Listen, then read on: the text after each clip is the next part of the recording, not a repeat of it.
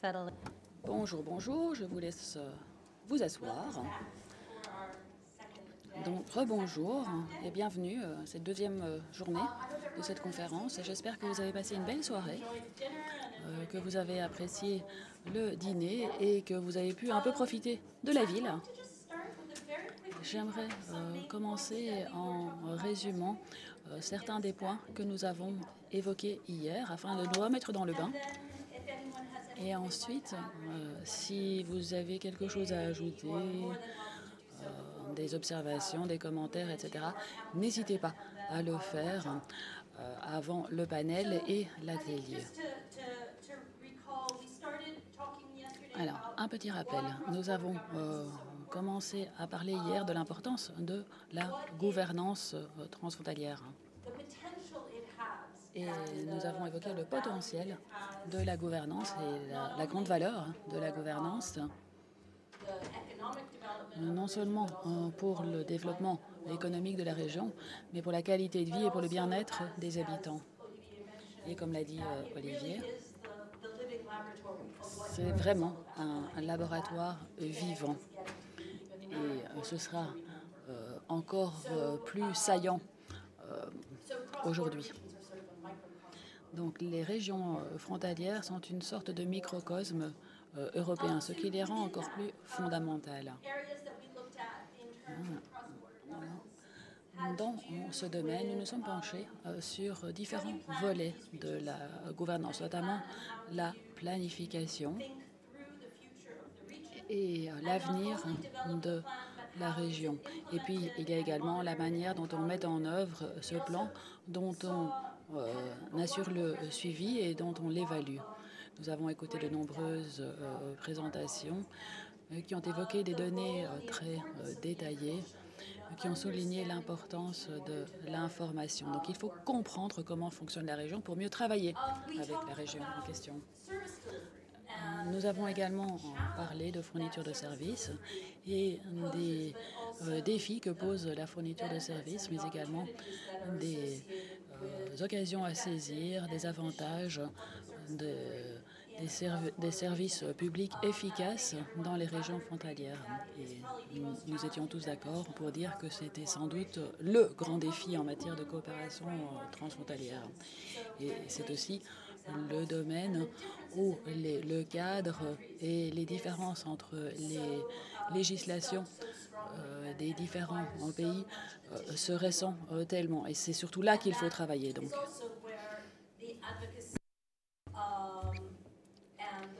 Et c'est également là que les entités frontalières ont un rôle à jouer, un rôle d'intermédiaire, de conciliateur. Nous avons conclu les discussions d'hier sur un panel sur le financement, parce que sans financement, rien ne peut évoluer. Il faut veiller à ce que le financement soit suffisant au départ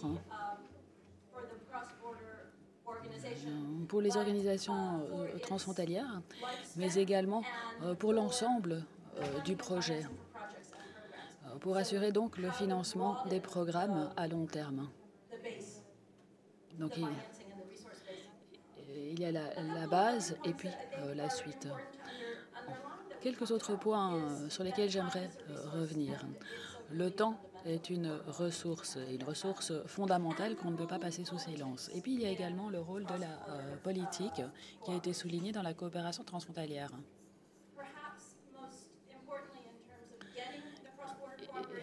Ce qui est très important, c'est très important pour lancer la coopération, mais également pour la faire vivre à long terme.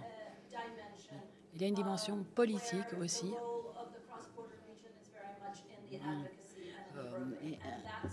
Et en ce qui concerne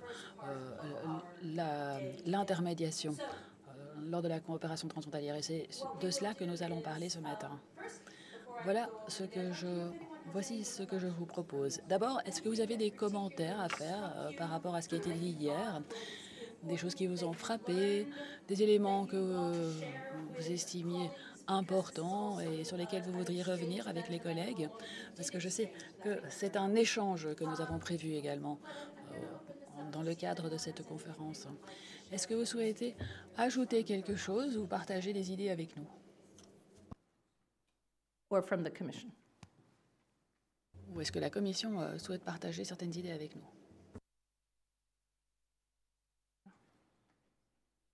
Okay, everyone is still sort of waking up. So am I. Bon, vous êtes encore en train de vous réveiller, soit. Alors, je vais vous présenter le programme de cette journée ou de cette demi-journée. Nous allons démarrer avec un panel qui va se pencher sur la question de la défense des droits et sur le soutien politique dans la coopération transfrontalière. Puis, nous interromprons nos travaux pendant 15 minutes. Et pendant cette pause, nous allons restructurer la salle pour travailler en petits groupes. Je pense que nous sommes suffisamment nombreux. Pas trop nombreux, mais suffisamment nombreux pour lancer un bon débat. Et nous allons travailler sur les différents aspects du cadre et sur les différents outils politiques, parce que nous voulons vraiment avoir votre avis. C'est essentiel pour vous, pour les régions transfrontalières. Et donc, votre avis, vos idées sont essentielles pour que ça fonctionne pour tout le monde. Donc, ça, ce sera la deuxième partie de la matinée. Et puis, nous reviendrons en plénière et nous tirerons les conclusions. Sur ça, je vais céder la parole à Stéphane et aux membres du panel.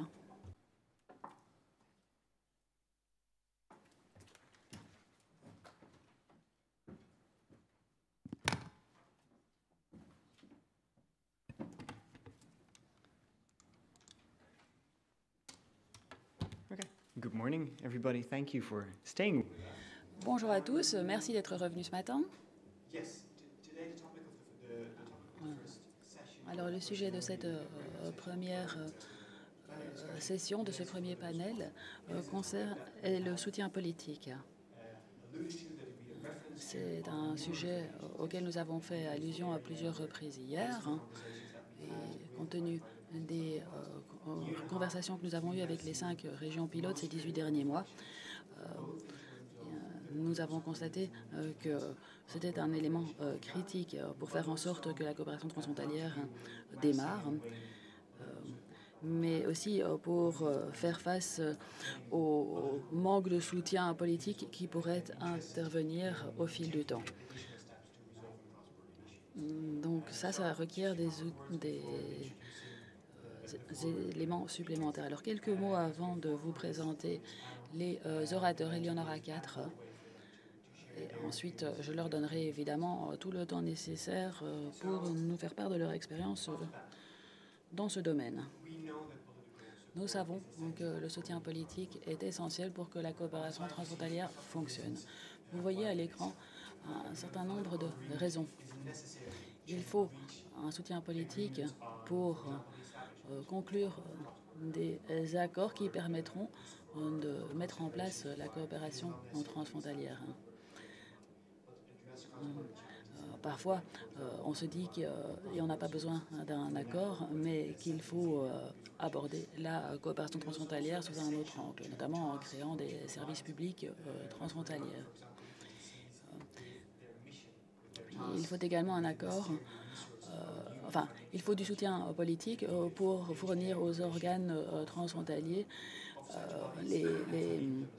les compétences et les ressources nécessaires qui permettront de lancer certaines initiatives spécifiques. Mais donc il faut ce soutien initial qui est essentiel pour lancer la coopération transfrontalière. Mais j'aimerais m'appesantir un peu sur le troisième aspect. Ce soutien politique, il est nécessaire pour aborder des défis spécifiques et pour les surmonter. On l'a entendu à plusieurs reprises hier.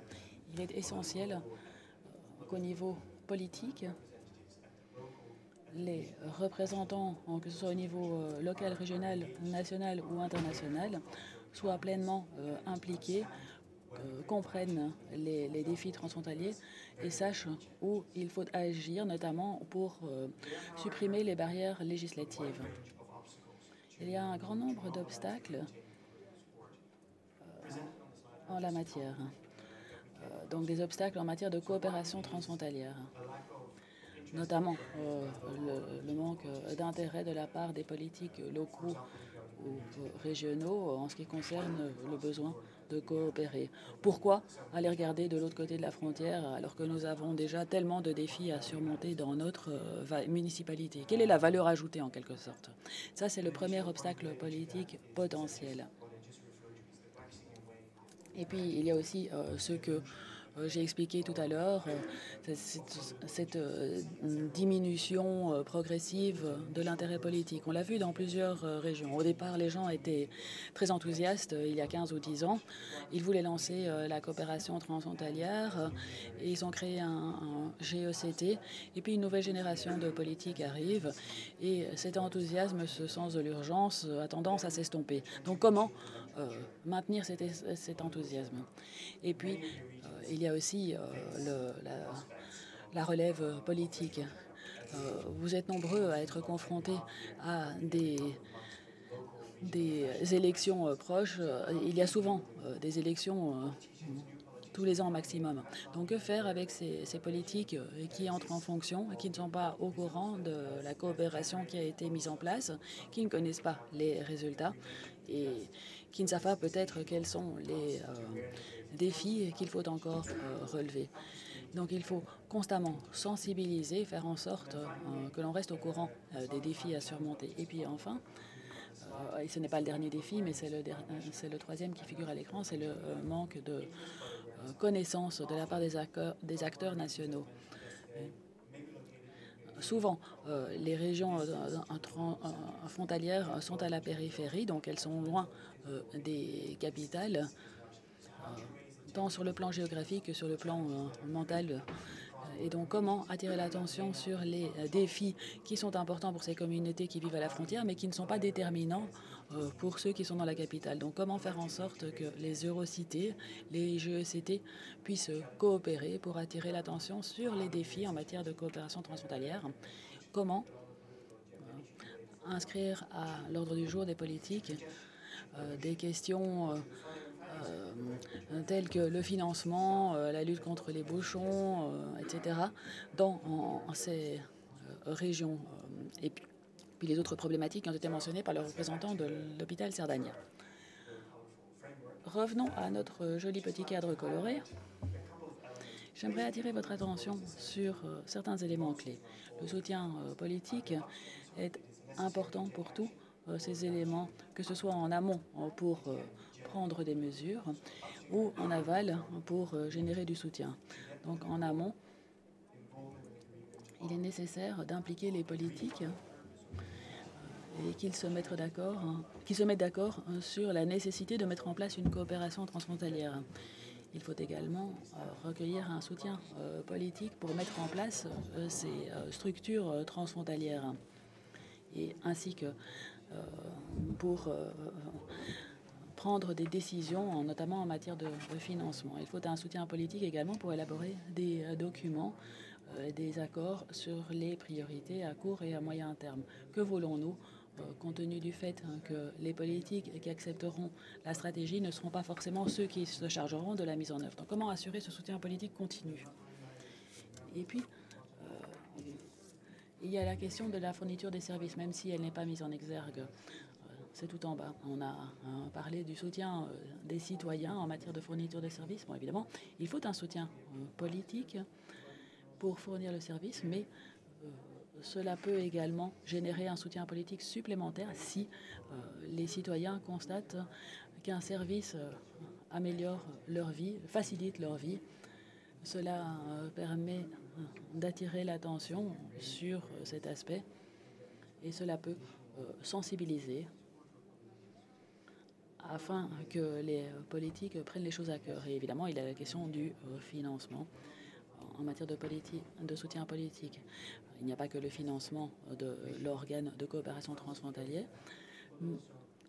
mais c'est nécessaire aussi lorsque les attentes de ces organes changent ou lorsque les attentes des citoyens changent. J'aimerais évoquer trois domaines. Bon, il y en a 4 à l'écran, mais il y en a 3 qui me semblent particulièrement importants. Tout d'abord, il est nécessaire de créer, de sensibiliser les politiques et d'obtenir leur soutien sur ce qui fonctionne et ce qui fonctionne moins bien en matière de coopération transfrontalière. Et surtout chez les nouveaux politiques. Deuxièmement, il faut identifier les problèmes à aborder, des problèmes dont les politiques ne sont pas encore suffisamment conscients. Quels sont les opérateurs qu'il faut impliquer? Quelles sont les personnes qui peuvent aider? Et comment peut-on le faire?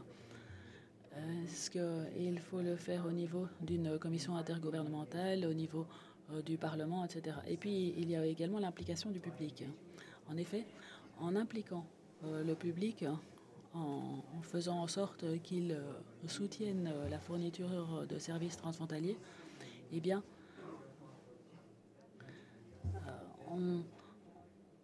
on peut générer du soutien politique. Voilà les sujets que nous aimerions aborder avec nos orateurs. Et j'aimerais les inviter à me rejoindre sur la scène. Il s'agit de Marie Azambre du pôle métropolitain frontalier. De l'Eurométropole Lille-Courtrai-Tournai, nous avons Catherine Christians, ainsi que Léa Duhem, et puis Jean Perroni pour la mission opérationnelle transfrontalière. Marie, à vous.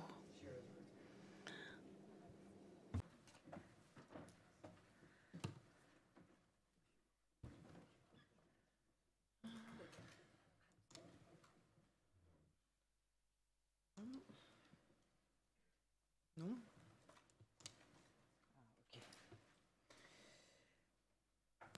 Alors, je vais faire ma présentation en français. On va reprendre la tradition qui a été instaurée hier. J'espère que vous ne m'en voudrez pas. Je vais rapidement vous présenter notre territoire transfrontalier parce que Nathan a très bien fait les choses hier. Donc, simplement vous rappeler que notre territoire se situe à la frontière entre la France et le Luxembourg et qu'on a une candidature un peu particulière parce qu'on a 3 structures qui sont actives dans la coopération transfrontalière franco-luxembourgeoise. Un GECT, donc une structure véritablement transfrontalière, le PMF, qui regroupe des intercommunalités qui sont uniquement françaises, et puis ProSud, dont les membres sont des communes uniquement luxembourgeoises. Donc ces structures se superposent, comme vous le voyez sur la carte, et on travaille tous les 3 sur la question transfrontalière franco-luxembourgeoise. Ces 3 structures, elles ont toutes le même but quand il s'agit d'obtenir un soutien politique et de faire la promotion de la coopération transfrontalière. On veut lever les obstacles à la frontière franco-luxembourgeoise. Cependant, parce que ces 3 structures ont des gouvernances différentes, on n'a pas développé la même stratégie pour atteindre cet objectif. Le GECT Alzette-Belleval a été créé selon la volonté des États français et luxembourgeois. Sa gouvernance traduit 7 états de fait, avec des représentants de communes françaises luxembourgeoises, des représentants des États français et luxembourgeois, une région, 2 départements français. Donc le contact avec les parties prenantes sur le sujet de la collaboration transfrontalière est beaucoup plus direct, puisque tous les échelons administratifs sont membres de leur structure. ProSud, c'est un syndicat de communes qui est uniquement luxembourgeois. Et grâce à une convention de partenariat, l'État luxembourgeois suit les travaux de ProSud. Et si le syndicat est bien connu au Luxembourg, il n'en va pas du tout de même en France. C'est un peu la même situation au PMF, qui est uniquement composé d'intercommunalités françaises. Et ces actions sont reconnues côté français, mais beaucoup moins côté luxembourgeois. Cependant, grâce aux actions et aux projets qu'on mène, la reconnaissance par les différentes parties prenantes va bien au-delà de nos membres et de la frontière pour le PMF et ProSud, qui sont des structures donc non transfrontalières. De plus, les échanges réguliers qu'on a entre nous nous permettent aussi de faire connaître nos instances et leur travail. Certains délégués siègent dans les 2 structures, ce qui nous permet de créer un véritable networking à la frontière franco-luxembourgeoise autour de cette question transfrontalière. Donc, je vous ai présenté ces 3 structures. et la manière dont elle s'assure un soutien politique en faveur de la coopération transfrontalière un petit peu au quotidien, je dirais, dans notre travail de tous les jours. Et je vais élargir la focale maintenant au niveau régional transfrontalier. Alors, il existe aussi des organes qui travaillent dans le domaine de la coopération transfrontalière, mais de manière plus large. Ça nous permet aussi de donner une autre dimension à nos actions en les intégrant dans une logique transfrontalière plus globale, puisque le Luxembourg a une frontière avec 3 pays différents. La première de ces structures de coopération transfrontalière, c'est la Grande Région. Alors la Grande Région, c'est 2 choses à la fois. C'est à la fois une structure politique commune, et qui est représenté par un GECT, qui est le secrétariat de la Grande Région, mais c'est aussi l'autorité de gestion du programme Interreg A, Grande Région. Et depuis la dernière période de programmation, c'est un outil qui est assez important pour nous parce que le GECT Alzette-Belleval a été identifié comme zone fonctionnelle d'Interreg. Donc une zone fonctionnelle, c'est un espace transfrontalier local et structuré qui finance à son échelle des projets Interreg grâce à une enveloppe financière qui lui est dédiée et dont elle décide seule de l'allocation. Ces projets répondent aux besoins spécifiques des territoires dans les thématiques prioritaires préidentifiées.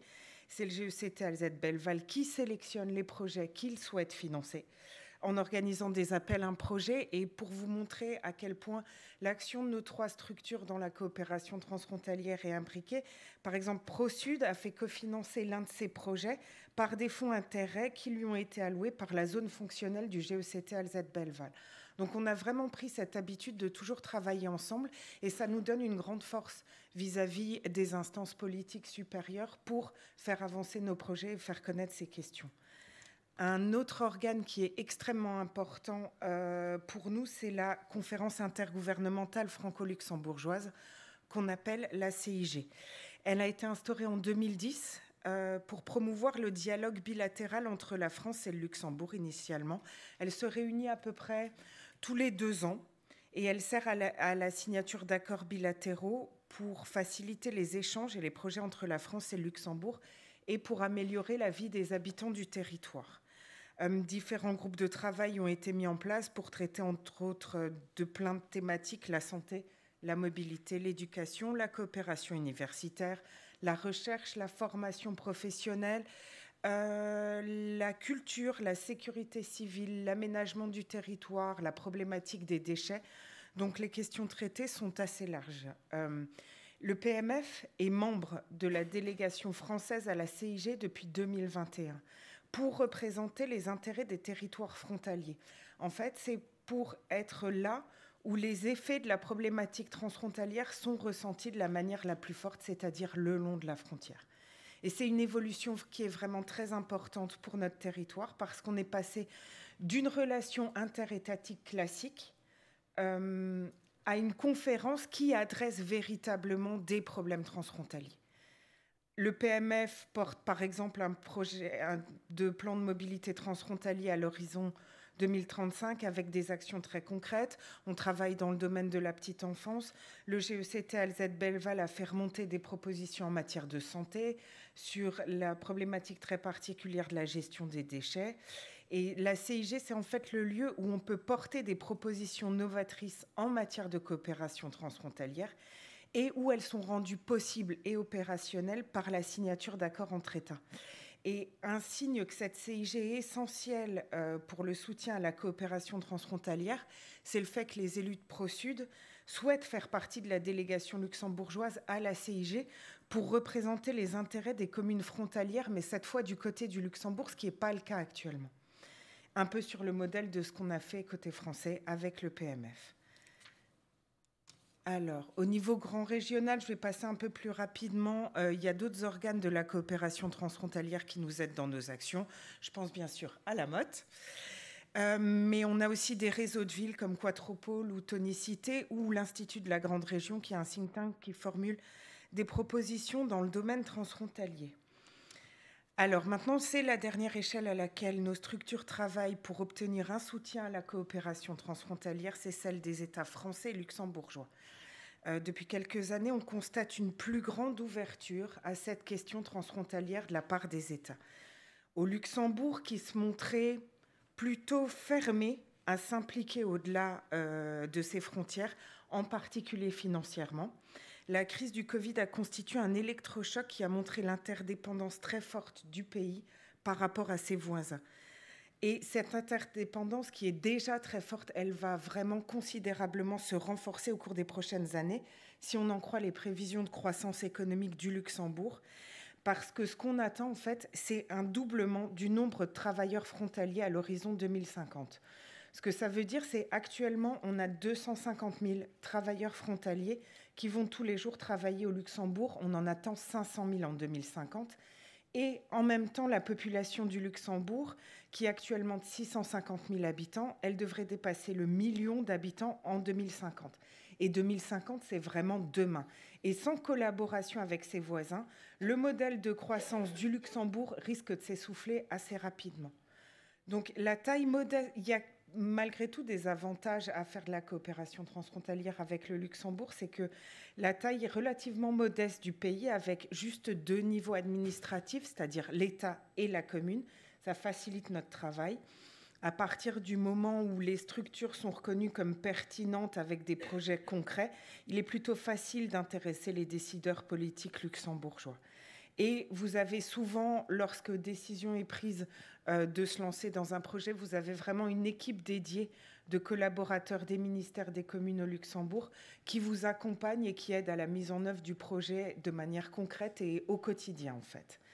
En France aussi, il y a eu une prise de conscience au cours des dernières années. C'est que la question transfrontalière franco-luxembourgeoise a longtemps été considérée comme marginale.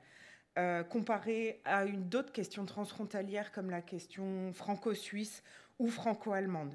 Mais cette croissance exponentielle du travail frontalier au Luxembourg a poussé l'État français à s'impliquer davantage. C'est vrai, Paris, la capitale, est loin de notre territoire et il a été longtemps difficile de faire remonter auprès de l'État les problématiques très particulières que nous rencontrons au quotidien.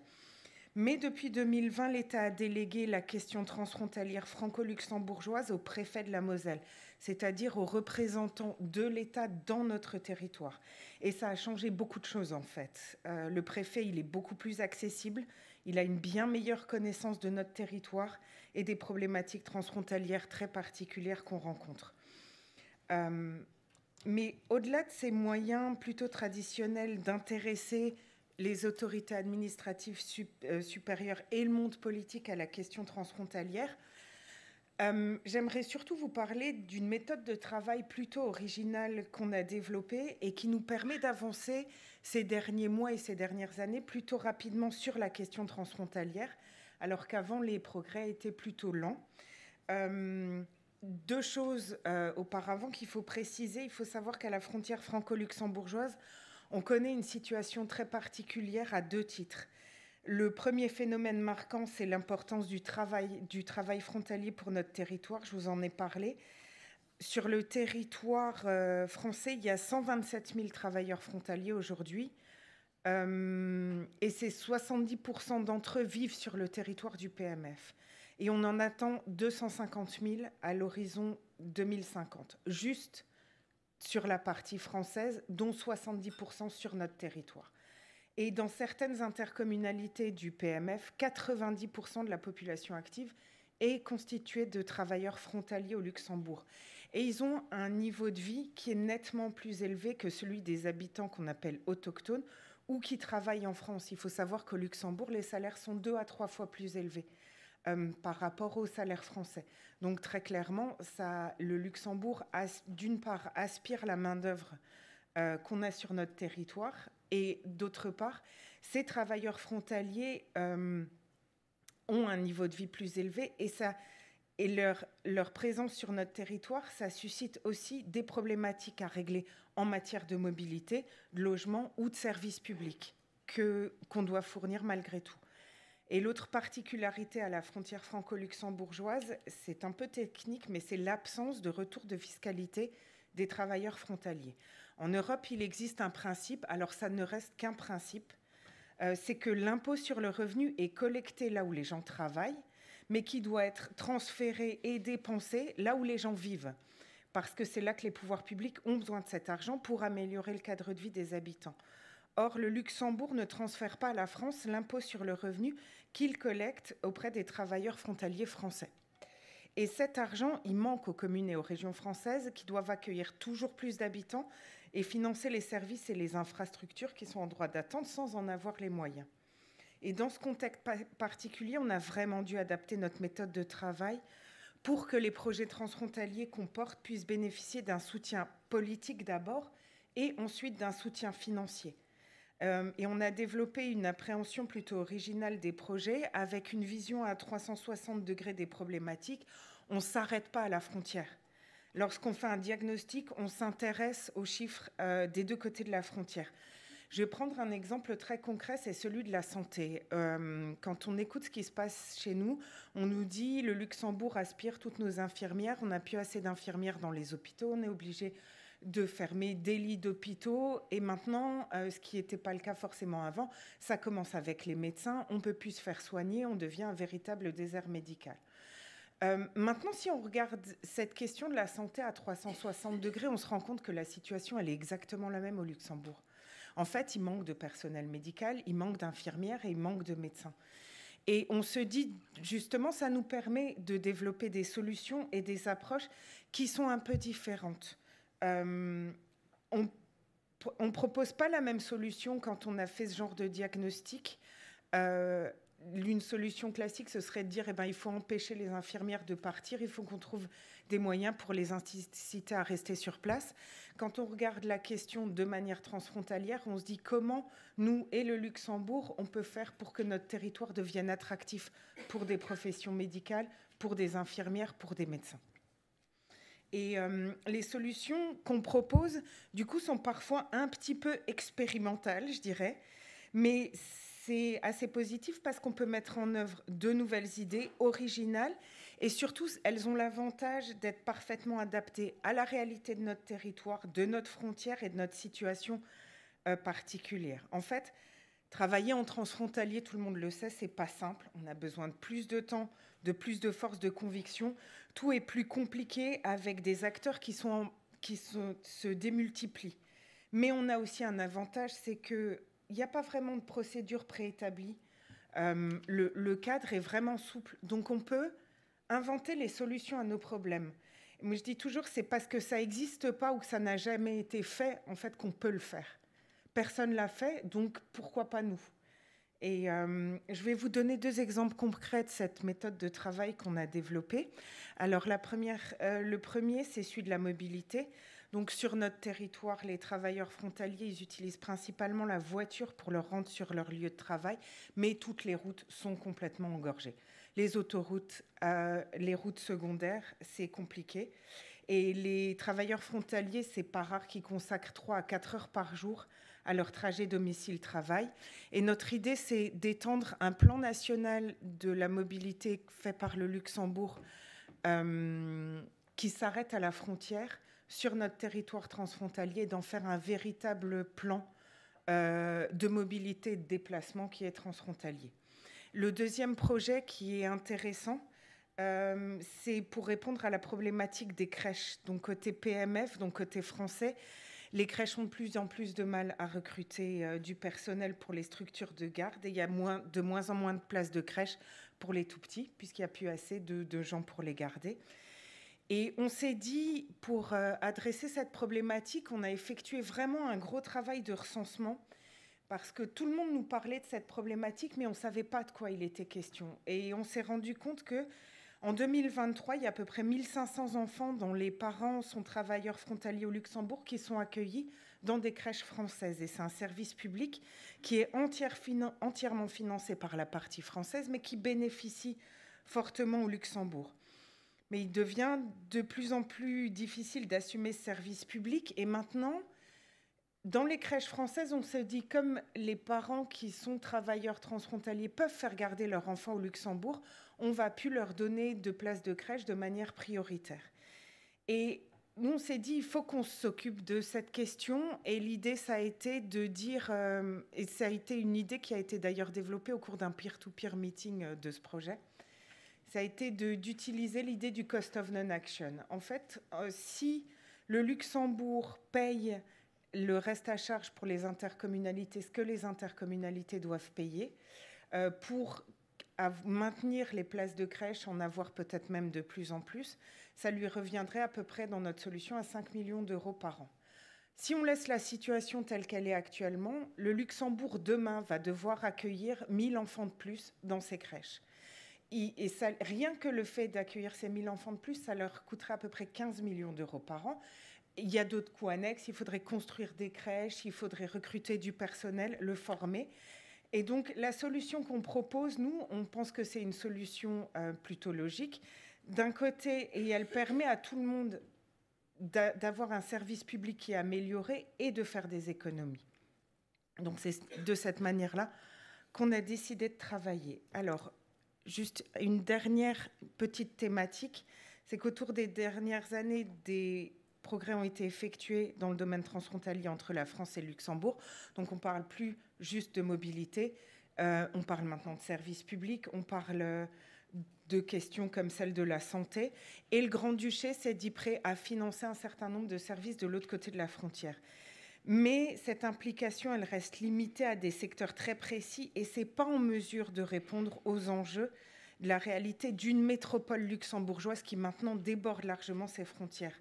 C'est pourquoi on a des réflexions actuellement pour créer un fonds spécifique destiné à financer des projets et des investissements transfrontaliers. Alors, depuis plusieurs années, il y a de nombreux maires de communes françaises à la frontière luxembourgeoise qui militent pour une compensation financière sur le modèle de ce qui se fait du canton de Genève vers le Genevois français, en fait. Mais le gouvernement luxembourgeois et les gouvernements qui se sont succédés ont rejeté catégoriquement cette proposition, parfois de manière même un petit peu abrupte. Et donc récemment, pour malgré tout essayer de trouver une solution, parce qu'on ne peut pas s'arrêter à un refus, à un non, on doit quand même faire face à cette situation, il y a des idées qui ont émergé et des idées assez originales.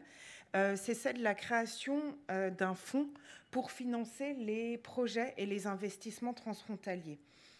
Il y a une idée qui est assez originale. Pour alimenter ce fonds, il est question de mobiliser la fiscalité du télétravail. Alors, je m'explique assez rapidement. Pendant la crise sanitaire du Covid-19, le télétravail a été généralisé au Luxembourg partout où c'était possible. Et avec le retour au travail dans les bureaux, beaucoup de travailleurs frontaliers ont cependant souhaité pouvoir bénéficier d'1 ou 2 jours de télétravail par semaine. Et il y a une fiscalité très particulière sur ces jours de télétravail. C'est un accord franco-luxembourgeois. Jusqu'à 34 jours, c'est l'État luxembourgeois qui collecte la fiscalité sur le télétravail, sur le revenu. Et au-delà de 34 jours, c'est l'État français qui le fait. Et l'idée, c'est de prendre toute cette fiscalité du télétravail à la fois française et à la fois luxembourgeoise, de la mettre dans un fonds dédié et utiliser cet argent pour financer et des projets transfrontaliers et des investissements transfrontaliers qui vont être nécessaires, en particulier dans le domaine de la mobilité. Le nouveau gouvernement luxembourgeois a par ailleurs annoncé travailler sur cette question du financement des projets et des investissements transfrontaliers. Et il a promis des propositions originales, je cite dans le texte, en ce sens lors de la prochaine CIG. Donc si la question transfrontalière à la frontière franco-luxembourgeoise est beaucoup mieux aujourd'hui prise en compte à tous les niveaux, il n'en reste pas moins que la mise en œuvre concrète d'une véritable politique transfrontalière globale se fait attendre. Le Luxembourg doit sauter le pas et la France doit pouvoir y répondre, mais ça demande un engagement financier conséquent. Et c'est peut-être ça qui freine les démarches actuelles. Merci pour votre attention.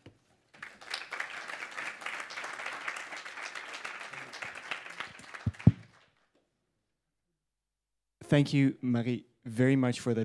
Merci beaucoup, Marie, pour cette présentation très riche. Alors, ce que je retiendrai de votre intervention, c'est la complémentarité des acteurs entre les 3 acteurs qu'il y a chez vous. Cette complémentarité avec vos caractéristiques spécifiques, la possibilité d'avoir moins de niveaux auxquels vous adressez et donc la possibilité d'avoir accès plus facilement à une oreille attentive. Et maintenant, je donne la parole à Catherine et Léa qui vont nous parler de leur expérience.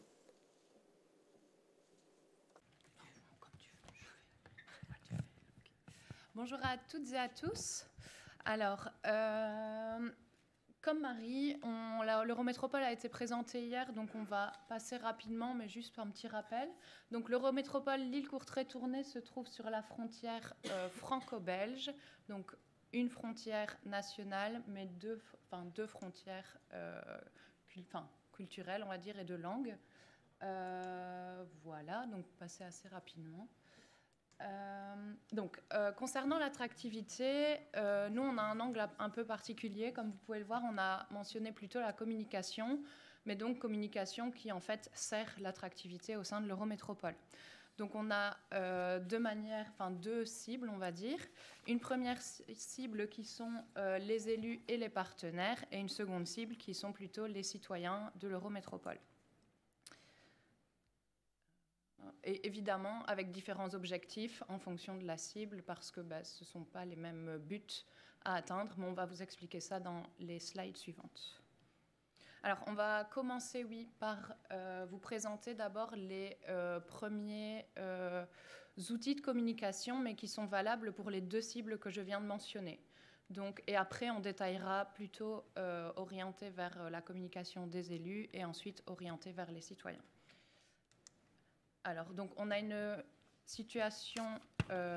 communication plus globale, donc, comme je viens de vous le dire, qui est à destination des deux cibles, en fait, qui nous permet aux deux cibles de leur donner de l'information qui est plutôt globale, qui va permettre de leur expliquer un peu c'est quoi l'Eurométropole, qu'est-ce qu'on y fait, parce que je pense que vous savez tous que expliquer c'est quoi un GECT au plus grand nombre, c'est pas si simple, ça demande souvent des répétitions, notamment aux citoyens, parce que c'est une forme un peu juridique, un peu spéciale, et donc ça demande de se répéter, et surtout d'avoir une communication qui soit très compréhensible, très claire et simple. Alors, donc voici quelques exemples. Donc, depuis 2016, on diffuse chaque 3 semaines une newsletter qui s'appelle Flash Info chez nous. Et l'objectif de ça, c'est de mettre en avant les infos de l'Eurométropole, de ses partenaires et aussi des autres acteurs du terrain. Tu peux trouver toutes des petites nouvelles qui renvoient vers notre site web propre où on peut trouver plus d'infos. C'est envoyé à une base de données de plus de 3500 membres. Alors, on a aussi un guide franco-belge. Donc, c'est un guide qui reprend le fonctionnement côté français et côté belge des gouvernements et des différentes strates politiques, je vais dire, de chaque pays. Parce que en Belgique, c'est pas si facile non plus de comprendre. Et pour un Belge, comprendre le fonctionnement côté français, ça demande aussi une logique et une réflexion qui est différente comparée à la logique belge. Ce document est disponible sur notre site internet et en fait c'est le plus consulté de notre page internet. Donc c'est là où on a le plus de clics. Ce document à la base a été, vient en fait des rencontres de proximité. Donc on vous en dira un peu plus par la suite, mais les rencontres de proximité sont les rencontres entre les maires et les bourgmestres de France et de Belgique qui se situent à la frontière, qu'on organise 2 à 3 fois par an. Et donc, ce document émane d'une demande qui avait été faite par ces rencontres, au cours de ces rencontres. Et récemment, on a mis en place un mémo qui montre l'Eurométropole en chiffres et en cartes. Le but, c'est de donner un aperçu du territoire avec, entre autres, un point de vue économique, touristique, un peu sur des différentes thématiques qui sont mentionnées dedans. Et il s'adresse aux partenaires et élus, les citoyens qui démontrent vraiment le potentiel de notre territoire transfrontalier. On a aussi, comme tout le monde, les réseaux sociaux en fait, qui nous permettent de donner de l'information et pour que les personnes dans l'Eurométropole puissent mieux comprendre notre fonctionnement. Chaque réseau social a un ton différent, un but différent. Donc, par exemple, sur Facebook, Instagram, on va communiquer vraiment vers le citoyen. Par contre, LinkedIn sera plus dédié à nos partenaires et aux élus. Donc, un autre groupe qui en adresse la communication, c'est le groupe pour les élus et les partenaires. Pourquoi? Pour avoir l'adhésion, de les impliquer activement dans ce que nous on fait, pour leur vraiment donner un aperçu de travail de ce que fait l'agence, pour qu'ils comprennent ce que l'agence elle fait et aussi de leur donner envie pour participer à ce que l'agence elle met en place. Très important dans cette communication-là, donc on a expliqué qu'on travaille avec des groupes actions, qu'on a les rencontres de proximité, des autres trucs aussi, mais que chaque groupe action ou les rencontres de proximité ont un élu de référence par thématique. Par exemple, le groupe action du Parc Bleu, l'élu de référence, c'est M. Stéphane de Klerk, et pour les rencontres de proximité entre les maires et les bourgmestres, c'est Mme Hélène Monclé. Donc, c'est la manière plus générale dans laquelle on explique notre flexibilité vis-à-vis des politiques. Du coup, peut-être, qu'est-ce que ça nous apporte, par exemple, d'avoir un élu de référence dans chaque groupe action? Ça nous permet d'avoir vraiment un soutien fort, une adhésion d'une personnalité reconnue par les élus et les élus et les partenaires, qui va aussi avoir la légitimité, entre guillemets, d'inviter les autres partenaires et élus à prendre part et à aussi adhérer, à soutenir le projet et s'y impliquer. Donc, dans ce cas-là, l'élu devient vraiment, l'élu qui est désigné comme élu de référence, est vraiment un levier qui va nous permettre, nous, agence de l'Eurométropole, de mettre des choses en place de manière plus, avec en fait un soutien et donc de manière plus simple et qui va être reconnu par l'ensemble, par les élus et les partenaires. En revenant aussi sur le fait que, comme Loïc l'a dit hier et Stéphane l'a souligné tout à l'heure, on a un turnover qui est assez important. On a 14 partenaires, donc plus de 80 personnes de l'Assemblée générale qui changent fréquemment. Donc le fait d'avoir aussi un élu de référence et de les impliquer via différents canaux qu'on va vous présenter juste après, ça permet aussi d'avoir une continuité dans le soutien qu'on peut avoir de par nos élus et partenaires.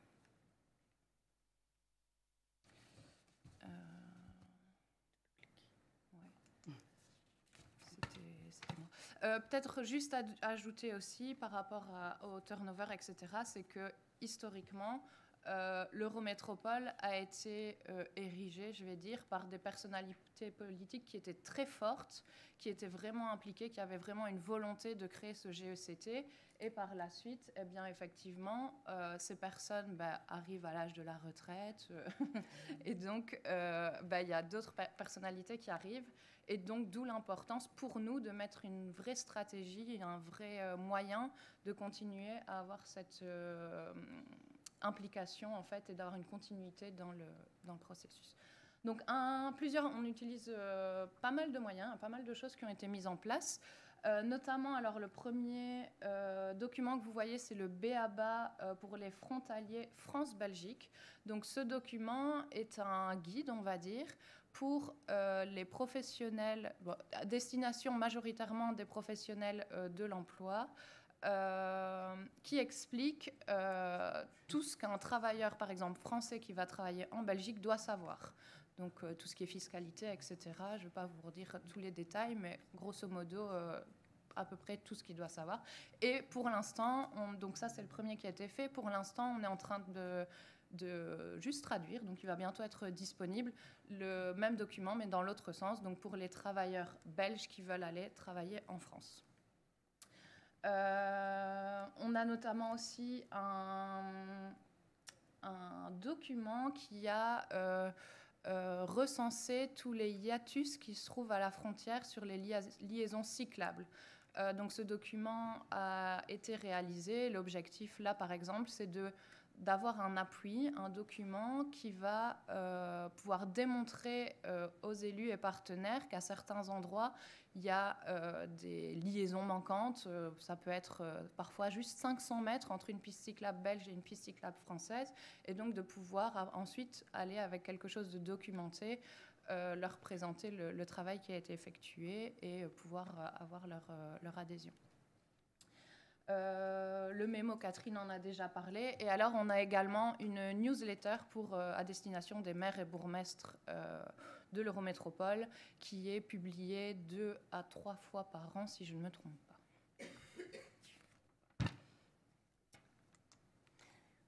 Et chaque année, nous invitons dans le cadre du projet du Parc Bleu tous nos partenaires, élus, acteurs du terrain sur une rencontre annuelle en lien avec la Journée mondiale de l'eau. Donc, on ne le fait pas à la Journée mondiale de l'eau même, mais dans la semaine, des jours avant ou après. Et qu'est-ce qu'on fait à cette journée-là? C'est vraiment des réflexions et des échanges sur les différents sujets et actions liées à l'eau.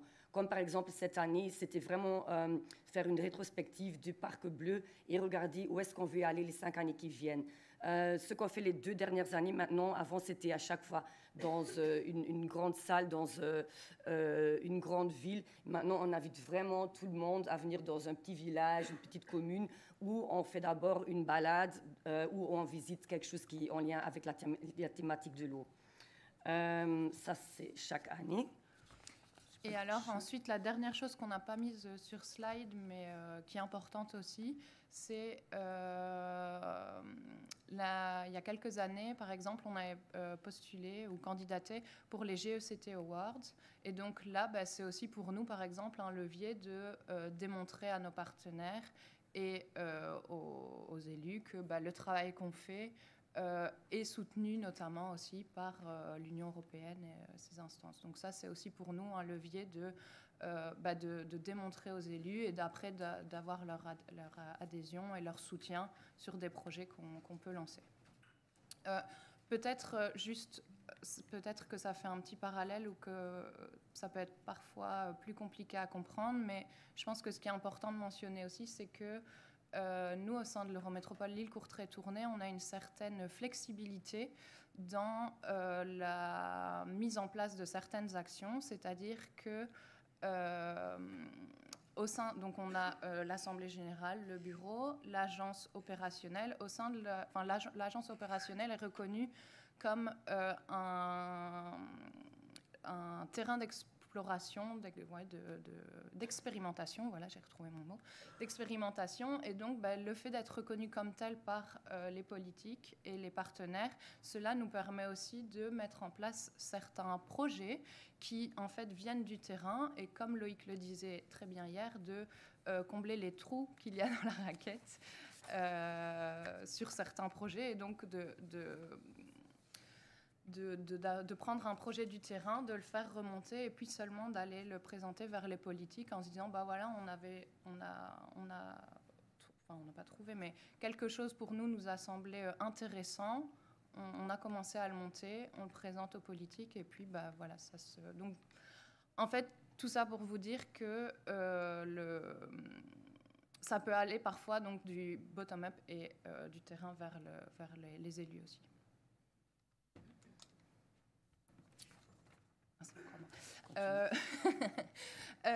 Du coup, la deuxième cible dont on vous a parlé, ce sont les citoyens. Donc, citoyens, pourquoi en fait, c'est comme on vous l'a expliqué aussi, on a un territoire qui est assez large à l'Eurométropole, avec une géographie un peu variable, donc où il y a vraiment une reconnaissance de la particularité transfrontalière vraiment aux abords de la frontière. Et après, au plus on s'éloigne, okay. Au plus on s'éloigne, au plus c'est la compréhension du transfrontalier devient plus abstraite. Donc voilà, donc je vais faire court. Du coup, c'est important pour nous aussi parce qu'on a une manière de fonctionner, comme on vous l'a dit juste avant, qui parfois fait que nous, on va chercher dans le terrain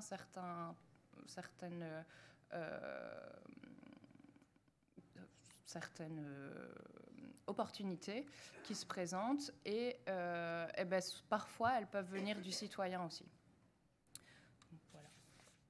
Le but, c'est de vulgariser vraiment l'information. Du coup, quelques exemples.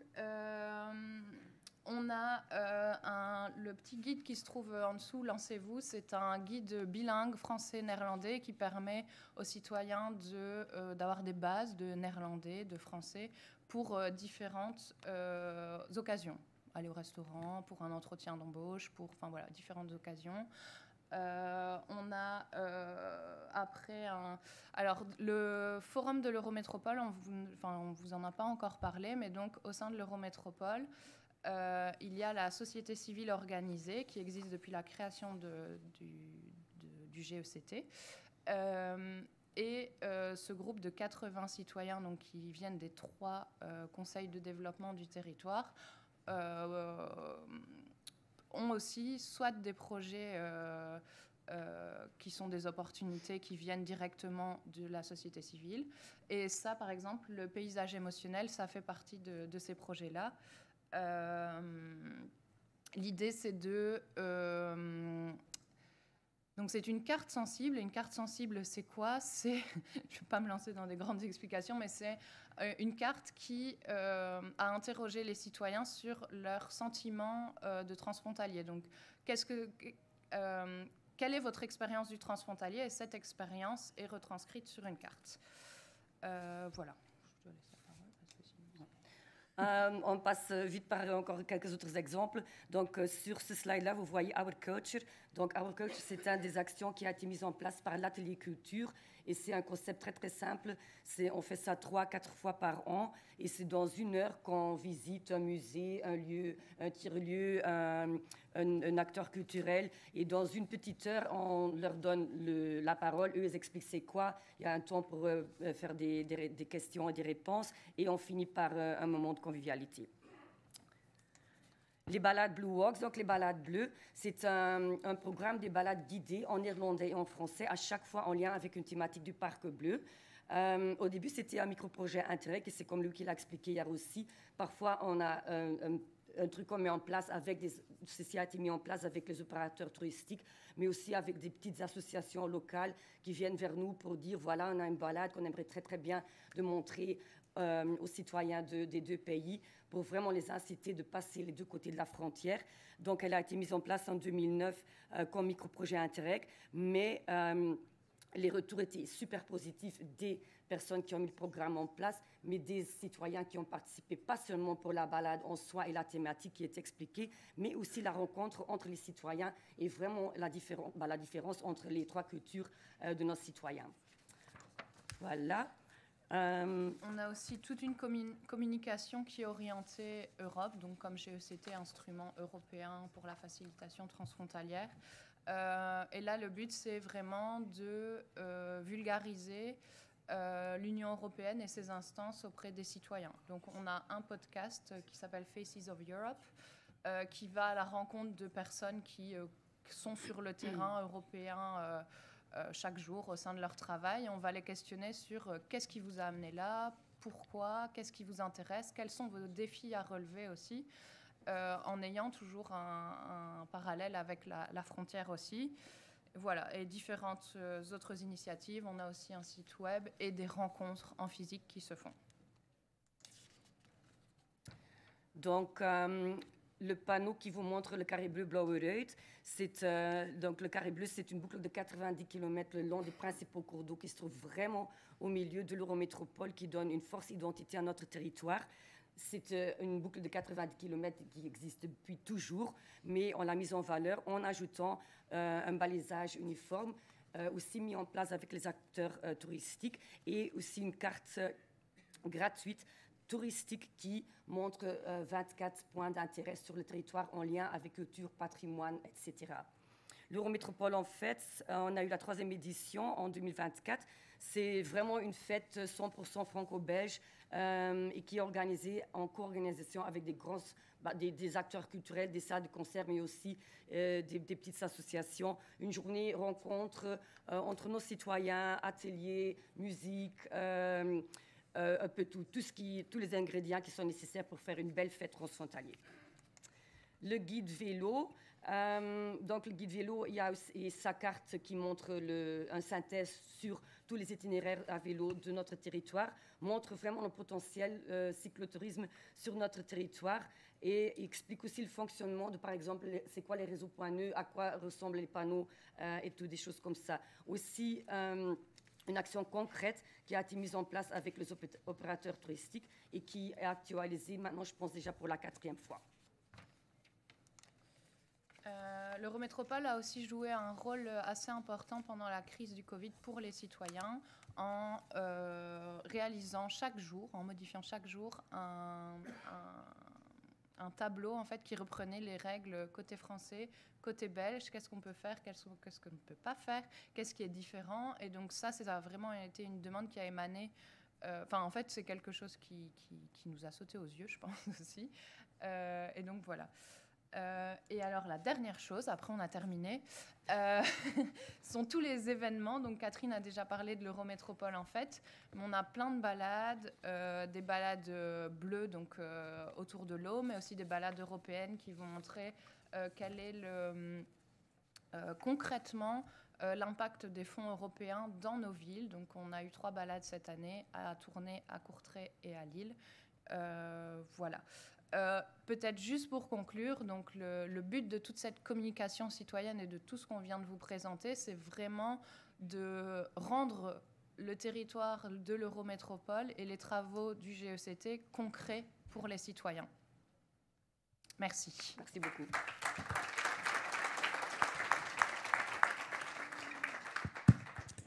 Thank you very much. I think a question that everybody has is...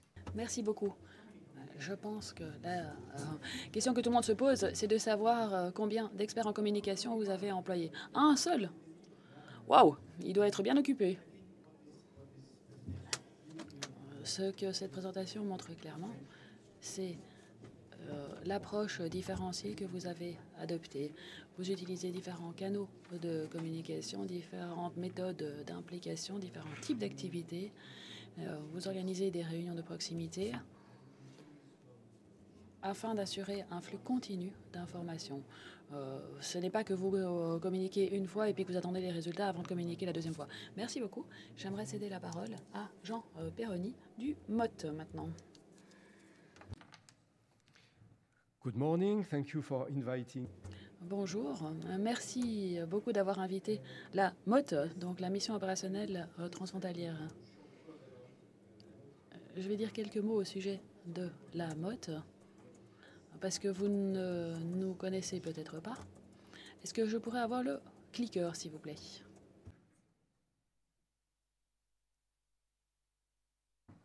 So, yes, la MOT, it's...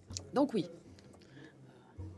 la MOT, c'est un réseau de parties prenantes locales et régionales le long de la frontière française. C'est également un réseau d'action au niveau national avec l'Agence de cohésion des territoires ou les différents ministères. Nous avons également des contacts structurés avec les États voisins parce que la coopération transfrontalière, c'est une affaire locale et régionale, mais c'est également une affaire transnationale. Et évidemment, nous travaillons également au niveau européen avec votre institution, donc avec la Commission, mais également avec vos collègues du CESCI et de la EBR. J'aimerais démarrer mon propos avec une étude qui a été réalisée à la demande de la DG Régio et qui consistait à analyser les conséquences de la fermeture des frontières lors de la pandémie de Covid.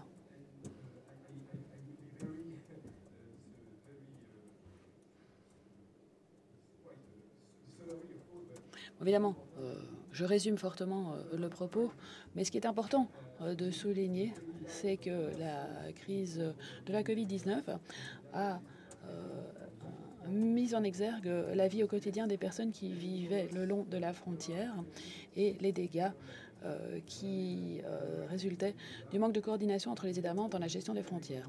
Et ce, dans 6 dimensions différentes. La dimension économique, évidemment, les travailleurs transfrontaliers. Donc là, il y a une véritable dimension économique, la dimension fonctionnelle pour les habitants en tant qu'utilisateurs des services publics. On l'a expliqué en long et en large hier. Il y a également une dimension institutionnelle. Cette tentative de mettre en place des institutions transfrontalières, mais Si on considère que la pandémie était une sorte de crash test, eh bien, on a constaté que sur le plan institutionnel, ça ne fonctionnait plus. La citoyenneté européenne a été rayée d'un jour à l'autre lors de la pandémie. On ne pouvait plus passer la frontière. Donc, c'est la raison pour laquelle il est bien de parler de citoyens, mais la citoyenneté européenne n'est pas vraiment une réalité. Il y a également la dimension la dimension de l'information. Subitement, on n'était plus informé de ce qui se passait de l'autre côté de la frontière. Et puis j'insisterai sur les deux dernières dimensions. La dimension culturelle d'une part, puisque nous sommes tous inspirés par l'éthique, par des visions d'avenir. Et cette vision d'avenir, elle a été supprimée par la crise en quelque sorte. Les gens qui passaient la frontière ont été accusés de passer la frontière simplement au motif qu'ils étaient dangereux parce qu'ils avaient une autre nationalité simplement. Et puis il y a la dimension interpersonnelle. Dans les régions frontalières, il y a des personnes, des familles, des institutions. Et lorsqu'on a rouvert les frontières à la fin du printemps 2020, ce sont les personnes qui ont rouvert les frontières. Ce ne sont pas les institutions qui étaient perdues dans ce gros chaos.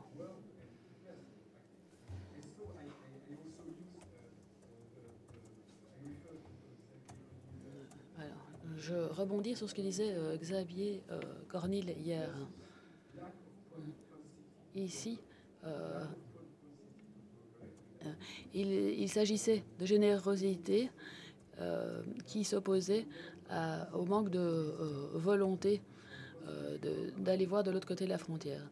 Et cette étude qui a été réalisée sur les obstacles transfrontaliers et parmi les principaux obstacles, on a identifié le manque de volonté de coopérer. Qu'en est-il des recommandations? Alors, on peut dire beaucoup de choses sur la gouvernance, bien entendu. La gouvernance locale dans les régions frontalières. Il y a un aspect que j'aimerais mentionner, mais de manière succincte seulement. Nous devrions nous demander si les GECT devraient avoir des compétences et pas uniquement se voir confier des missions.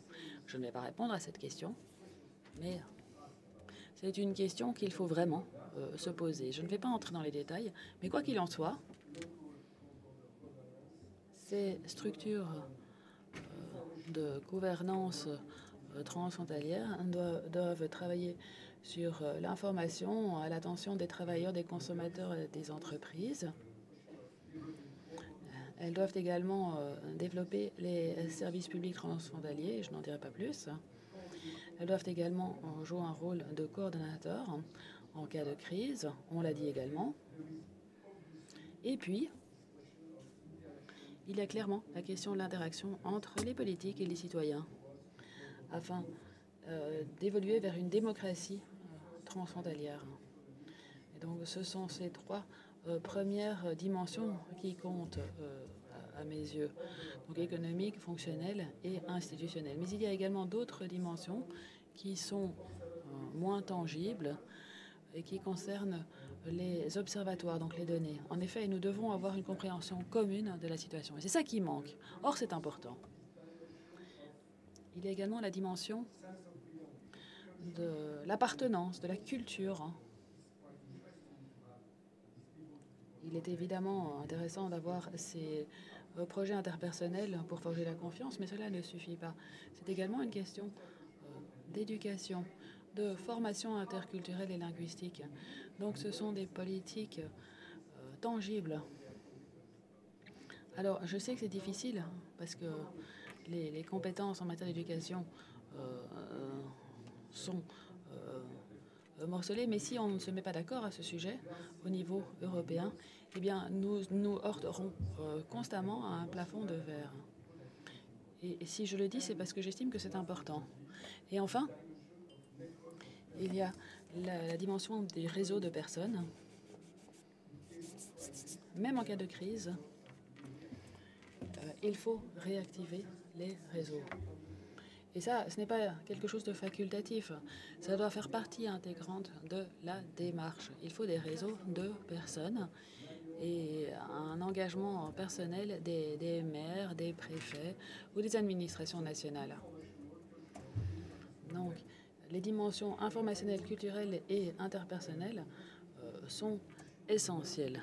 J'aimerais également parler de la gouvernance multiniveau. Alors évidemment, la priorité, c'est l'intégration au niveau transfrontalier, mais il faut également agir en amont. Tout d'abord, donner davantage de moyens aux parties prenantes locales. Il faut différencier les législations nationales, assurer peut-être aussi une reconnaissance nationale entre les réglementations nationales. Il faut également assurer une coordination entre les États afin d'éliminer certains obstacles transfrontaliers. Il y a des traités bilatéraux qui ont été signés. Il y en a eu un entre la France et l'Italie. Il y a également des traités multilatéraux comme celui du Benelux ou du Conseil nordique. Et puis, on en a déjà parlé, il y a également la réglementation sur la facilitation des solutions transfrontalières, donc le règlement FCBS, qui devrait être l'outil générique. Et c'est ici que la création d'un réseau de points de contact nationaux s'impose avec la coordination assurée par la DG Régio. Permettez-moi d'entrer un peu dans les détails. J'ai cité l'exemple de la frontière franco-italienne qui est représentée ici dans cette salle. Le traité du Quirinal a créé un comité de coopération à la frontière qui inclut des représentants des autorités locales et régionales ainsi que des organes de coopération transfrontaliers lorsqu'ils existent et des députés ainsi que des représentants des deux gouvernements. L'intérêt de ce comité, c'est qu'il peut proposer des projets de coopération transfrontalière, mais également identifier des solutions en matière de mise en œuvre, qu'il s'agisse de solutions conventionnelles, mais également de solutions législatives ou réglementaires, si cela s'impose. Cette démarche est essentielle parce que c'est une enceinte qui permet de discuter dans un cadre à plusieurs niveaux avec des acteurs qui prennent leurs responsabilités. Parce que tout cela se fait sous le contrôle des députés. On ne peut pas laisser ces gens discuter à huis clos. Non, ça doit être une enceinte ouverte qui doit rendre des comptes. Alors j'en arrive aux outils financiers. Une chose est sûre, le coût des investissements transfrontaliers va parfois bien au-delà des enveloppes mises à disposition par Interreg. Il y a parfois des asymétries au niveau de la capacité de financement et c'est la raison pour laquelle il faut réfléchir à de nouveaux outils. C'est ce que Marie a expliqué, donc des fonds transfrontaliers. J'aimerais évoquer deux bonnes pratiques qui existent déjà, du côté de la frontière suisse notamment.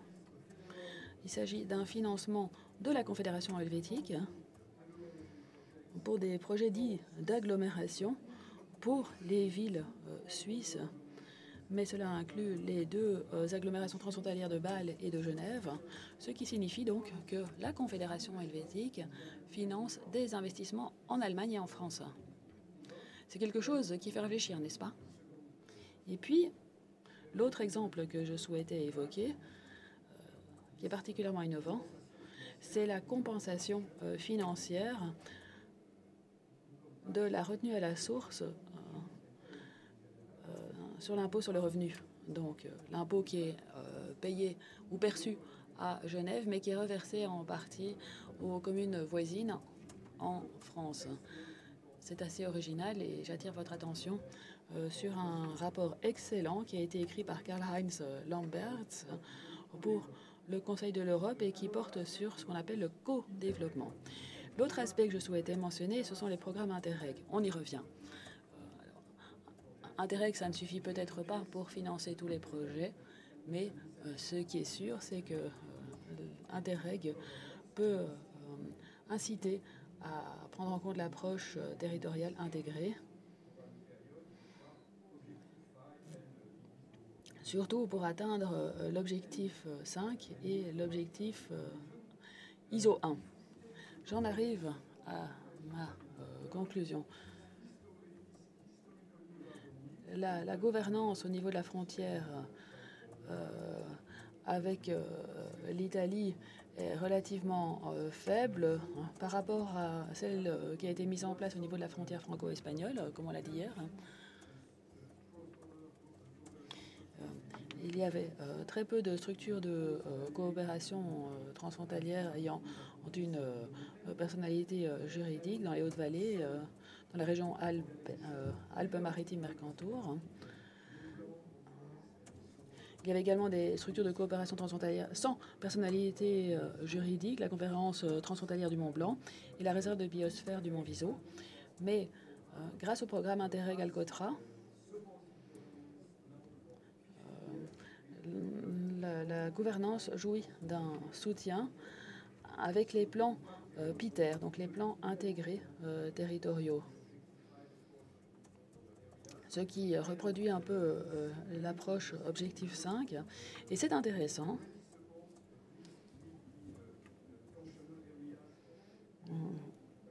Parce que cela permet de soutenir dans la période de programmation actuelle différentes entités transfrontalières en les aidant à partir du stade où elles se trouvent. Donc, celles qui sont les plus avancées, on les aide à avancer encore plus. Et puis, on essaye d'emmener les autres vers une gouvernance structurée. On voit que la boîte à outils évolue positivement grâce à Interreg, mais également grâce aux traités bilatéraux et grâce à la gouvernance à plusieurs niveaux. Parce que le discours tenu par les deux ambassadeurs responsables de la coopération transfrontalière à Paris et à Rome, c'est que si on fait un GECT, il faudra siéger au comité. Alors, ce message est simple, mais ça semble fonctionner. La gouvernance locale le long de cette frontière, qui est un peu en retard, progresse. Voilà, et je m'en tiendrai là. Merci.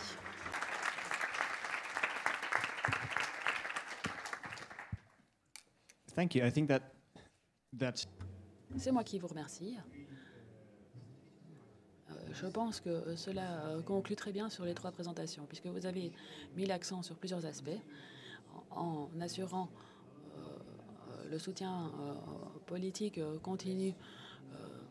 On promeut davantage la communication, mais cela nécessite aussi ce que vous disiez, Jean, c'est-à-dire des politiques solides, faire en sorte que les gens apprennent à apprécier la collaboration transfrontalière, qu'ils acquièrent des compétences linguistiques, que ce ne soient pas des politiques morcelées. Donc il faut poursuivre les efforts entrepris au niveau national et au niveau régional. Vous avez également mentionné les mécanismes de financement qui servent d'incitant au soutien politique.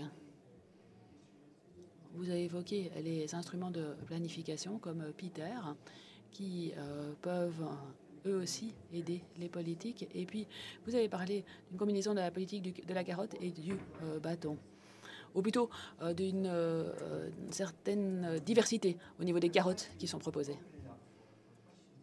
Alors, j'aimerais ouvrir le débat, savoir si vous avez des observations, des commentaires, des questions. Je vois quelqu'un qui souhaite prendre la parole à l'arrière de la salle. Ricardo. Merci. Merci pour ces présentations très intéressantes. J'ai apprécié d'en savoir plus sur les différentes approches des orateurs.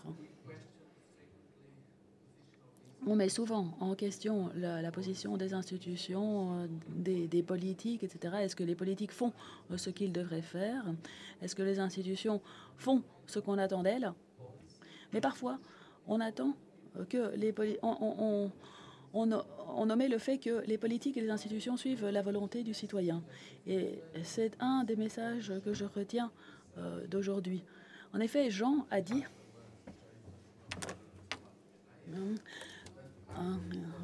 de manière beaucoup plus diplomatique que moi, il a dit que si on voulait faire évoluer les régions frontalières, eh bien, il faut commencer par éduquer, par former. En effet, c'est ça le message clé que l'on retient de ce panel. Il faut mettre en place les services conjoints qui rassemblent les gens à long terme.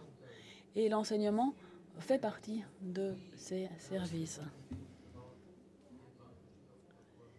Si on arrive à convaincre les gens de l'intérêt de la coopération transfrontalière, si on arrive à mettre en place les services qui permettent aux gens de se rencontrer au quotidien, eh bien, à long terme, les gens se comprendront et comprendront qu'il faut regarder de l'autre côté de la frontière et qu'ils forment une seule région. Maria, j'ai une question.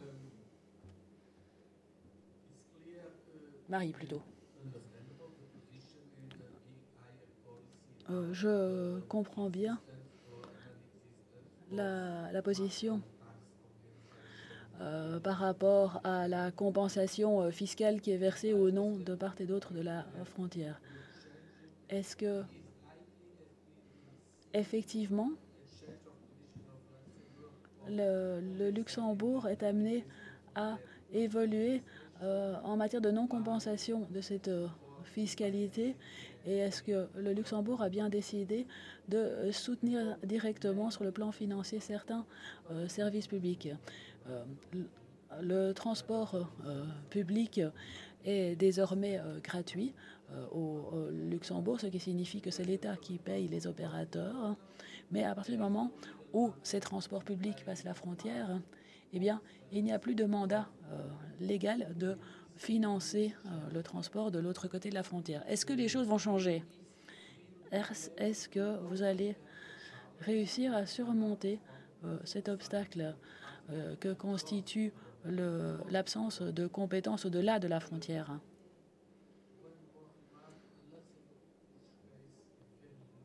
Alors, encore une remarque. Le Luxembourg est vraiment un cas d'espèce, mais il est intéressant parce qu'il démontre l'efficacité accrue des services publics transfrontaliers. Et on peut s'en servir comme d'un exemple pour montrer à d'autres territoires que si l'on travaille conjointement, eh bien c'est beaucoup plus efficace. Merci. Désolée d'avoir été un peu long.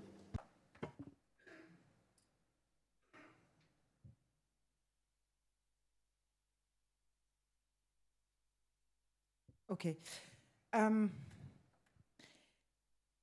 Je vais répondre d'abord à la première question sur le changement de position du Luxembourg par rapport à la coopération transfrontalière et à son soutien en particulier pour tout ce qui est les services publics transfrontaliers. De manière très effective, on ne peut pas dire encore, pour l'instant, qu'on assiste à ce changement de paradigme dans la position luxembourgeoise. Pour l'instant, ce n'est pas encore le cas. C'est en préparation pour la prochaine conférence intergouvernementale franco-luxembourgeoise, qui est un outil pour nous qui est vraiment essentiel et qui acte en général de ces changements de position. On en attend beaucoup. Elle devait avoir lieu à la fin du mois de juin, début du mois de juillet. Elle a été reportée au mois d'octobre 2024. Maintenant, on ne sait pas encore ce qui va se passer, est-ce qu'elle aura lieu ou pas. Mais très clairement, on attend, lors de cette prochaine CIG, une concrétisation de ce changement de position du Luxembourg pour soutenir la coopération transfrontalière et pour soutenir des projets de coopération transfrontalière qui vont au-delà de cette question de la mobilité. Alors, on a choisi en premier cette question des services transfrontaliers avec les crèches, parce qu'on s'est dit que si on mettait en place une politique des petits pas, un petit pas sur une petite thématique l'un après l'autre, c'est ce qui va faire à la fin qu'on va avoir une grande politique transfrontalière sur notre territoire. Et puis ça permet aussi de démontrer, d'enlever un certain nombre de peurs qui existent et qui sont là parce que habituellement, tout ce qui se passait pour régler les problèmes transfrontaliers, ça se passait entre la France et le Luxembourg, ça se passait comme ça. On avait des élus français, et ce sera dit vraiment sans langue de bois, on avait des élus français assez énervés qui allaient voir des ministres luxembourgeois en leur disant « on a ce problème et ce problème pourrait être réglé si vous vouliez bien payer pour qu'on règle ce problème ». Et du coup, forcément, les luxembourgeois disaient non, les Français étaient frustrés et on a essayé de mettre en place une autre manière de travailler. On démontre la nécessité d'agir dans un domaine, on propose une solution qui peut profiter à tout le monde et on fait ça pour la politique des petits pas, un petit pas après l'autre. Et on se dit qu'une fois qu'on aura réussi à mettre ça en place, on pourra parler d'une grande politique transfrontalière qu'on doit absolument mettre en place et assez rapidement sur une métropole transfrontalière qui ne pourra pas se développer si on ne met pas ça en place. Ça, c'était pour répondre à la première question. Et sur la question des transports, alors effectivement, tous les transports publics sont gratuits au Luxembourg. Lorsqu'on passe la frontière, il faut payer le prix des transports. Un exemple très concret, le Luxembourg opère 18 lignes de bus transfrontalières sur le territoire français. Ça veut dire qu'il y a des lignes de bus qui circulent le matin et le soir pour transporter les travailleurs frontaliers et qui sont intégralement payés par le Luxembourg. Mais lorsque des usagers montent dans cette ligne en France, ils payent pour le transport jusqu'à la frontière. En revanche, s'ils montent dans cette ligne de l'autre côté de la frontière, ils ne paieront plus le transport. Donc, cette question des transports gratuits, pour l'instant, on n'a pas encore vraiment trouvé de solution. Il faut savoir que côté français, il n'est pas du tout souhaité de rendre tous les transports gratuits. Donc, c'est vrai que... Et puis, on attend un petit retour d'expérience de la part du Luxembourg pour voir quels sont les effets de la mise en place de la gratuité de ces transports. On en discute au sein du groupe de travail mobilité et surtout du groupe de travail qui doit mettre en place ce schéma de mobilité transfrontalière. Mais c'est vrai que c'est des questions sur lesquelles, cette question des transports gratuits, on n'a pas encore de décision prise. Et je ne peux même pas vous dire vers quelle direction on va s'acheminer, en tout cas en transfrontalier.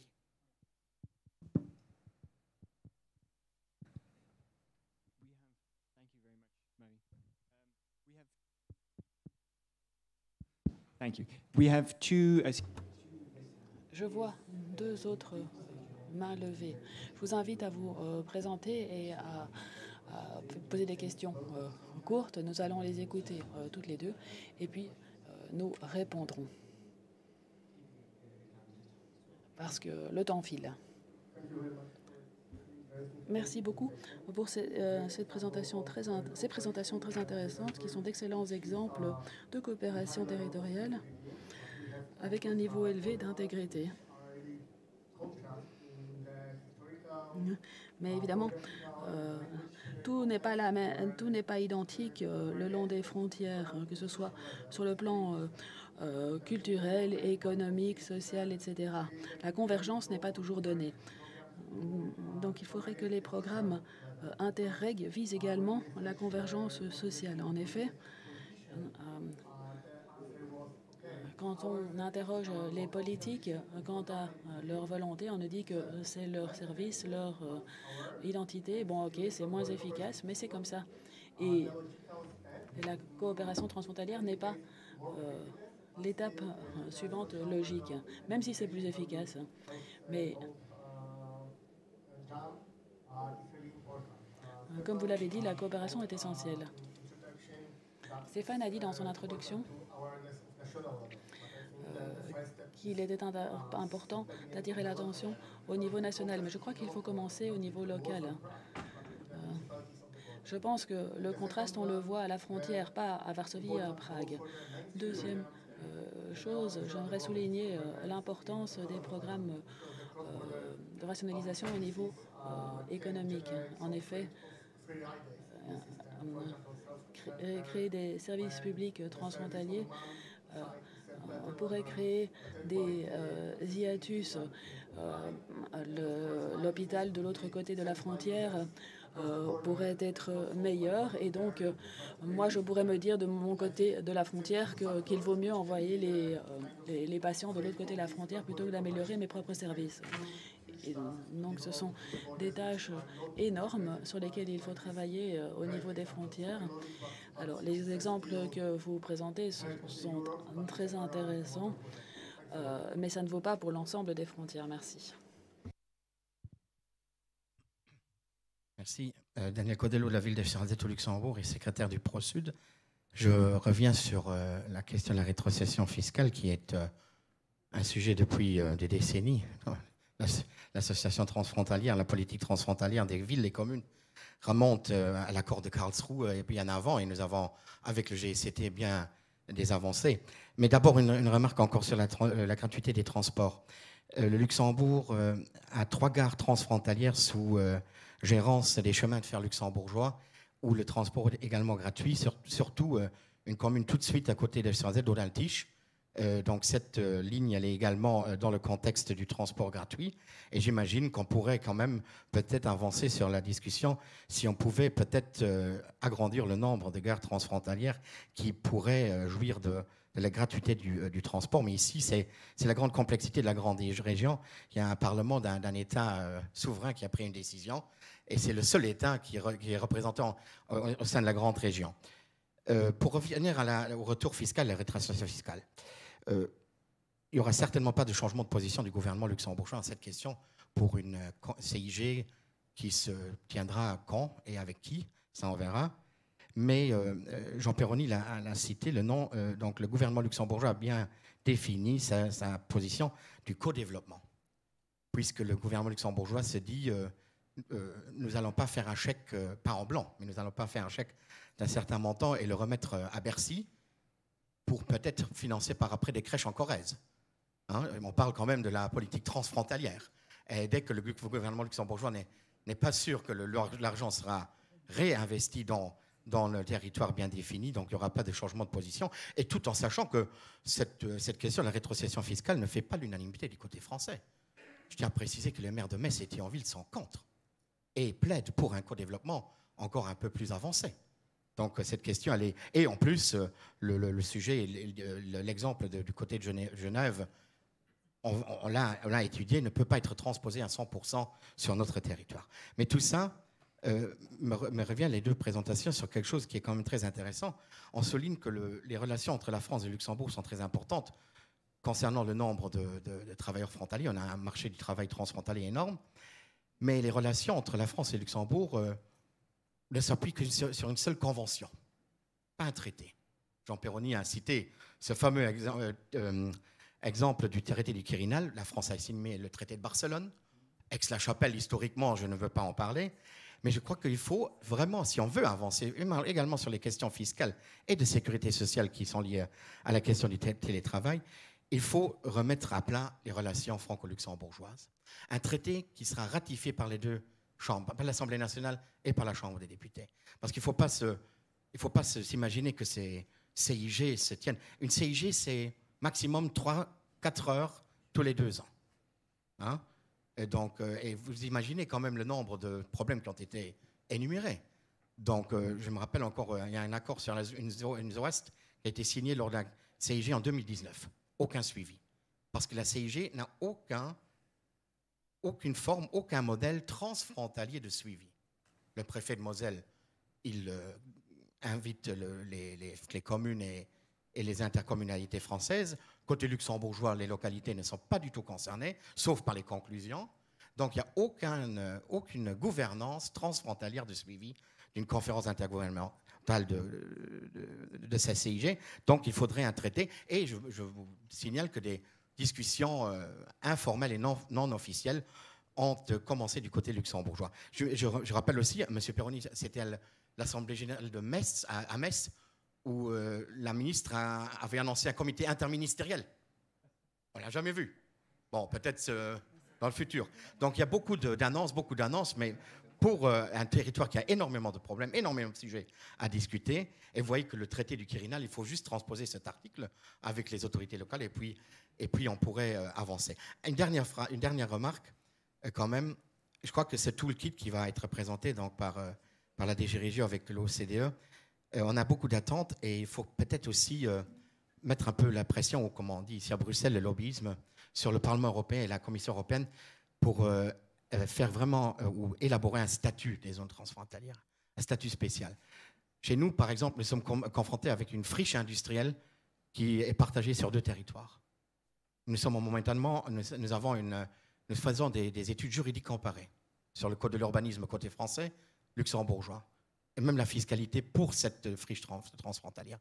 Donc il faudrait peut-être vraiment mettre pression sur la prochaine majorité au Parlement et à la Commission d'avoir un statut sur ces zones transfrontalières pour avancer et éliminer ces obstacles, parce que ces obstacles, et ça a été chiffré, les obstacles, je dois finir, hein, mais quand même je finis la phrase, c'est un bon signe de finir. Mais donc, les obstacles à la politique transfrontalière ont été chiffrés, et si on peut abaisser ces obstacles, on peut réinvestir ça dans la politique transfrontalière. Merci. Thank you. Yes, one more question. Alors, encore une petite question, si ça pouvait être une réponse brève, s'il vous plaît.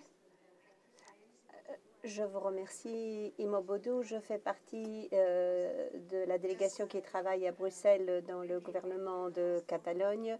Alors, par rapport au dernier commentaire et ce que j'ai entendu ici, je voulais simplement faire un petit commentaire. En fin de compte, je crois qu'au niveau local, nous investissons pas mal d'efforts dans ces territoires transfrontaliers. L'Union européenne également est tout à fait engagée et fournit pas mal de soutien.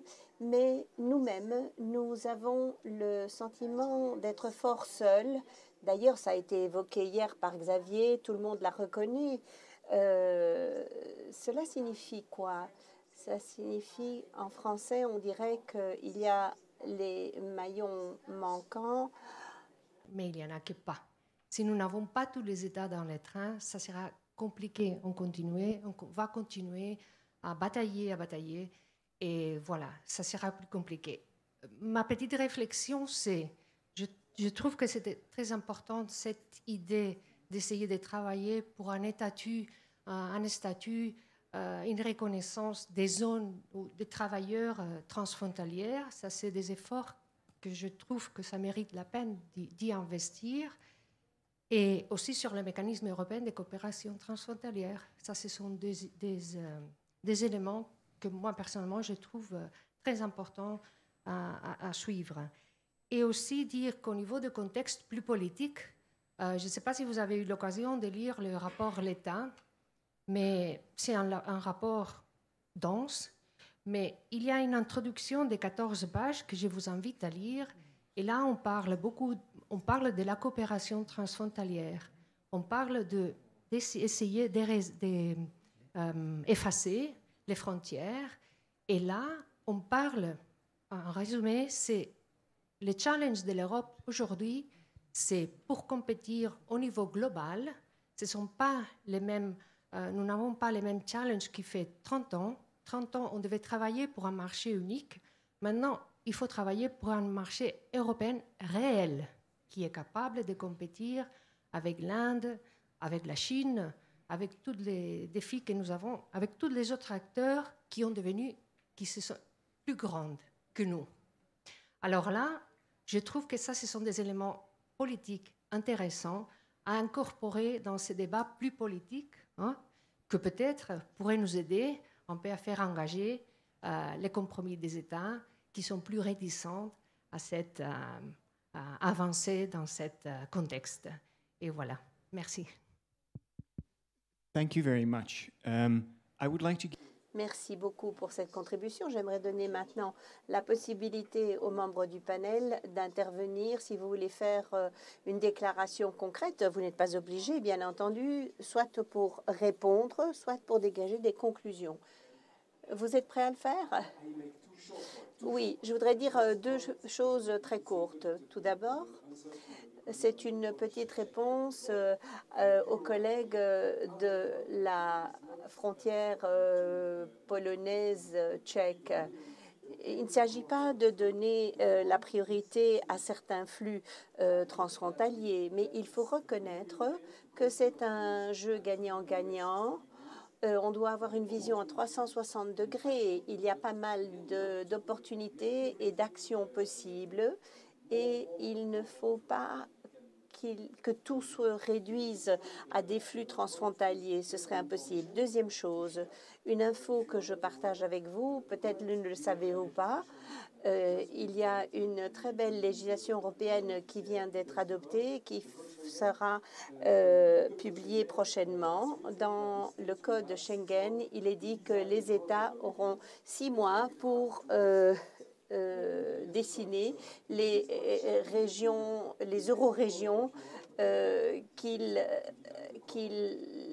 donc pour dessiner ce que sont ces régions transfrontalières. Et ils n'ont que 6 mois pour le faire. Alors, Catherine, non, Léa non plus. Alors, moi, juste de mon privilège de modérateur, pour dire que ce que l'on voit ici, c'est que d'une part, il nous faut des outils, des soutiens politiques qui couvrent un petit peu toutes les initiatives, toute la panoplie des initiatives.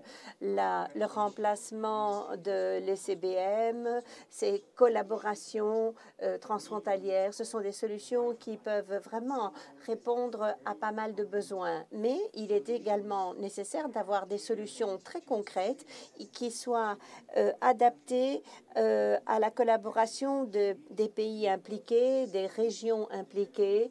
Et donc, il est nécessaire que ce soit accompagné de soutien politique. Et donc, s'ils ne sont pas reconnus pour ce qu'ils sont, on n'ira pas assez loin. Et pour ça, il nous faut le soutien des politiques. Deuxième chose, dans quelques instants, nous allons commencer un atelier. Quel est l'objectif? En fait, nous voudrions nous diviser en 4 groupes, nous pencher sur l'outil qui a été conçu à la lumière des expériences qui ont été présentées ces jours-ci. Et il y a certaines considérations qui peuvent être prises en ligne de compte pour renforcer la coopération transfrontalière. Ici, nous avons un outil qui nous donne une direction qui est suffisamment souple pour être adapté à différents contextes. Et donc, nous aimerions avoir votre retour d'expérience. Vous n'avez qu'1 heure et demie, mais n'hésitez pas également à nous faire savoir par la suite en quoi ceci s'applique à d'autres initiatives les plus nombreuses possibles. Vous allez voir qu'il y a sur votre table un numéro qui correspond en fait au groupe auquel vous êtes appelé à travailler. Le groupe 1 par là, groupe 2 par là, groupe 3 et 4 de l'autre côté de la salle. Donc après la pause, si vous voulez bien aller vous asseoir aux tables du groupe qui vous a été assigné, réfléchissez à votre expérience, faites part de votre connaissance et encore un applaudissement pour les membres du panel qui ont fait un très bon travail. Merci beaucoup. Je vous demande de revenir en salle à 11 heures, s'il vous plaît. Merci.